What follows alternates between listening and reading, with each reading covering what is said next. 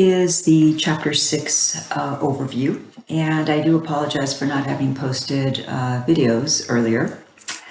I was having issues with my laptop and it died. So here's the Chapter 6 video.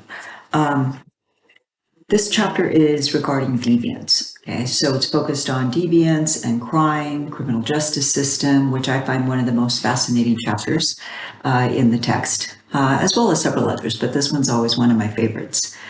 So here we go. Let's take a look. Oh, let me move that up a bit. Put it up here. Okay. All right, so first of all, we have to think about how do we define deviance? What does it mean?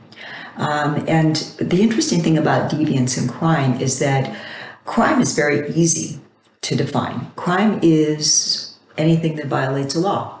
It's easy to identify a crime. Whether or not it's just that action is a crime, that's a different question. But something that is against the law, if it's codified into a statute, it's in the penal code, then it's a crime. Very easy. Deviance, on the other hand, is far more interesting, I think, because not everybody agrees on what is deviant and what is not. Okay, so for example, if you think about something such as, we'll take a topic that's in the news quite a bit since the U.S. Supreme Court overturned Roe versus Wade, abortion. Some people consider deviance to be both criminal, essentially, especially in the states that have passed laws against it, and other people may consider it deviant in the laws in the states where laws allow it. When we think about prostitution, we know it's a crime, but some people don't necessarily view that as deviant behavior. In fact, some people support the idea that prostitution should be legal. If we think about polyamorous relationships in which there are more than two people involved, some people consider that to be deviance, a type of deviant behavior. Other people, not so much. So what we find is that deviant behavior is defined as any behavior that violates a norm, and it generates some negative reaction from a particular group or from society at large. But again, not everybody agrees on what is deviant behavior. In addition to that, deviant behavior changes. It changes over time. It changes from place to place. So consider this. In the United States, you can have only one marital partner at a time. You find somebody else you'd like to be married to, fine, but you must divorce the person you're currently married to before you can go off and marry the other one. On the other hand, in some Muslim nation states, men, not women, men can marry up to 4 wives legally. In fact, it is encouraged in the Quran for men who can afford to do so to do that. And of course, there's also provision that all these wives should be treated equally. Consider prostitution. In most states, actually in all states, except for 2, Alaska and, oh, wait a minute, I'm not sure about Alaska. I know pot's been legal there for a long time, but let me just stick with 49 out of 50. 49 out of 50 states, prostitution's illegal, except for 1, the one that I live in, Nevada. It's been legal for, oh gosh, since the 1940s, so well over 70 years. And the state's still standing. Yeah. Now, do many people consider it to be deviant behavior? Sure. Selling sex, you're not supposed to do that. You're supposed to give it away freely, right, to somebody that you love. However, in this state, it is a legal occupation. Okay, you can work for a business, a brothel. These brothels are in areas of the 11 counties where they're allowed. They're outside the city limits. Do people sometimes fudge and go into casinos and sell? Yes. But in theory, they're supposed to only work in the brothels. So I hope that you're getting a sense of how from place to place, from even within a state, something that is defined as criminal or deviant might not be in another state. Also, it changes over time. So I want you to consider how there was a time when if a young woman had a child without the benefit of being married, she would be stigmatized, she'd be labeled, she might even be, back in these times, girls who became pregnant, they were not allowed to go to high school with other girls, as though somehow pregnancy might be catching.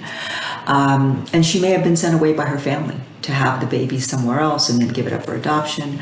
Today, most people, it's not that everyone is saying, hey, this is a great thing, everybody should go out and do it, having a pregnancy out of wedlock. But today, people recognize that it's not the end of the world. And in fact, pregnant girls can and do continue to go to regular high schools, whatever high school they are attending.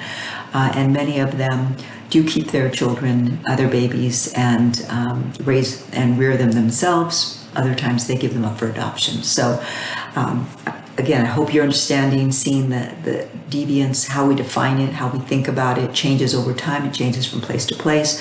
And it's not always easy to identify. Not everybody's going to agree on it, on what constitutes deviant behavior. So now I want us to think about, how do we as society, how do we get people to do what we want them to do? How do we get them to do, quote, the right thing? Well, that's pretty easy. We have two types of social control. We have informal social control and formal social control. Informal social control is when, as a community, we react negatively to somebody who's not acting the way we think they should, right? So we might do that in small ways, we might do that in larger ways. For example, if there's somebody who comes to class and maybe went for a workout and didn't have time to shower before class and is a little smelly, well, maybe people will avoid sitting around that person. That's informal social control. Maybe the next time the student will maybe not work out as long, or will start earlier so they have time to shower before they go to class. Or maybe not. Maybe the informal social control is not enough to get them to change their behavior.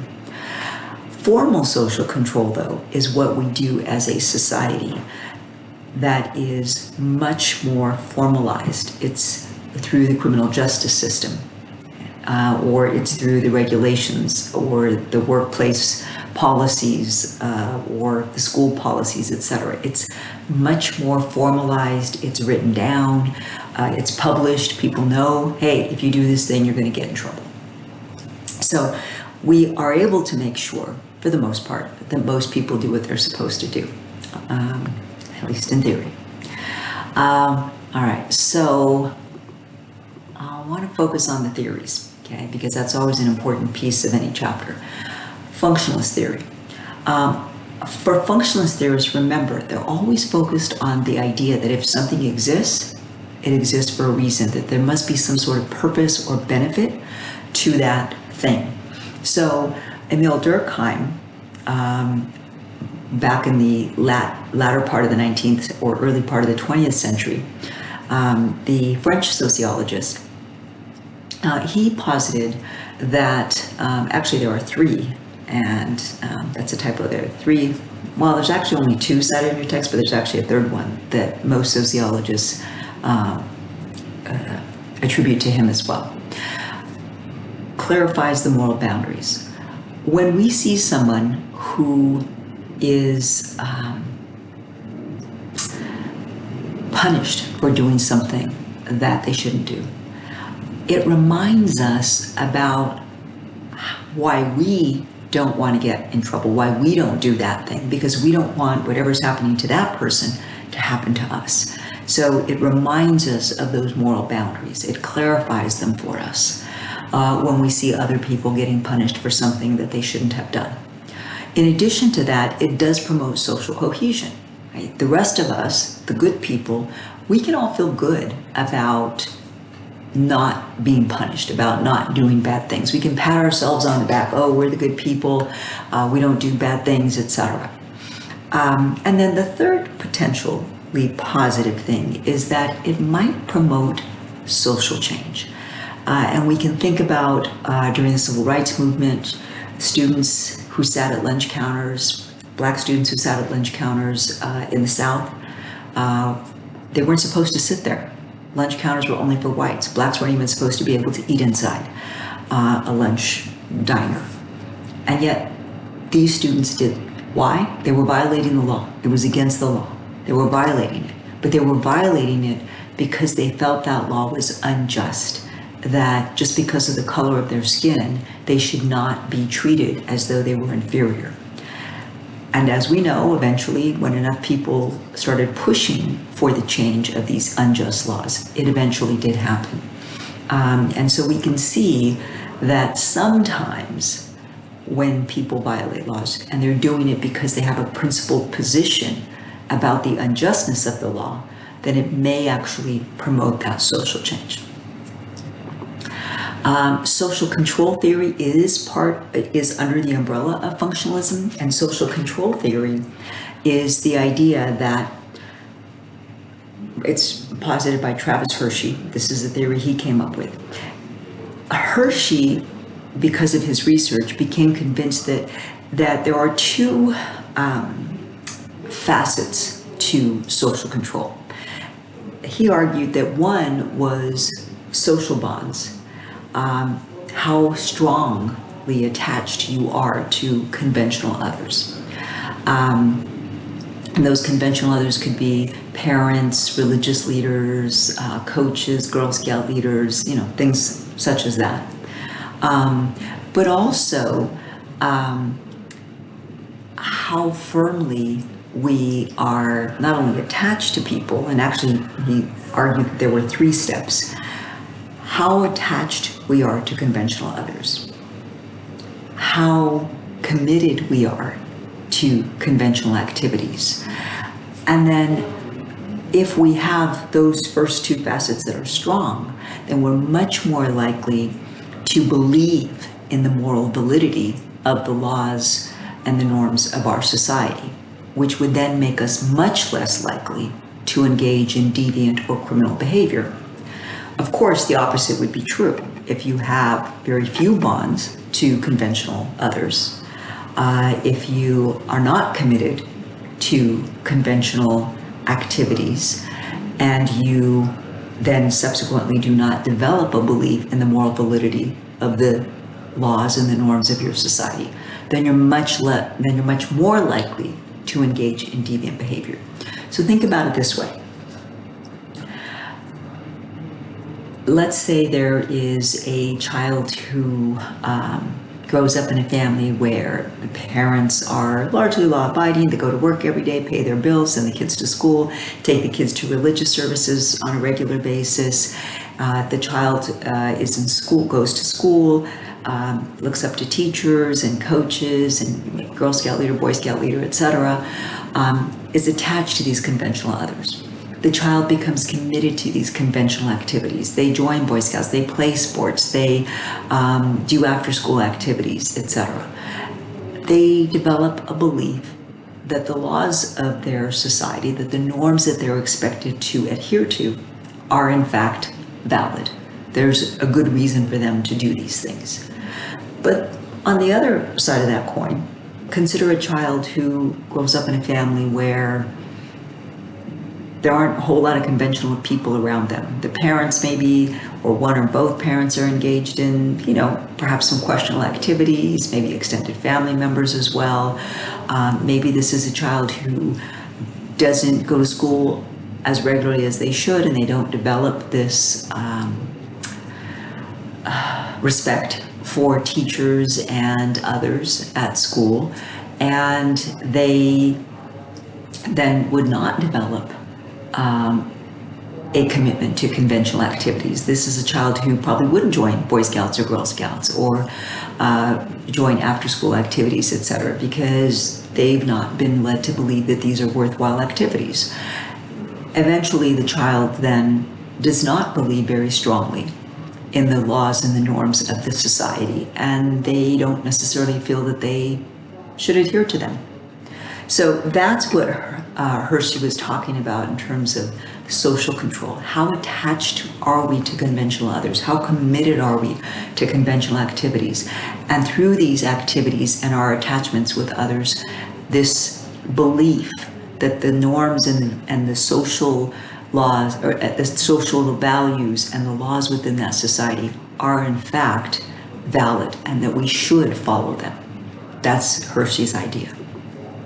Structural strain theory, also very interesting. This was developed by Robert Merton, another functionalist theorist. Merton believed that there is a gap that is created by the strain between what society tells us we should achieve, which is fairly high, the nice car, the nice house, the nice clothes, the nice vacations, all of this good stuff. But down here are the few legitimate opportunities to achieve those things. And so the gap, Merton argued, was between these two. Here's what we're supposed to achieve. Here is what we are possibly able to achieve.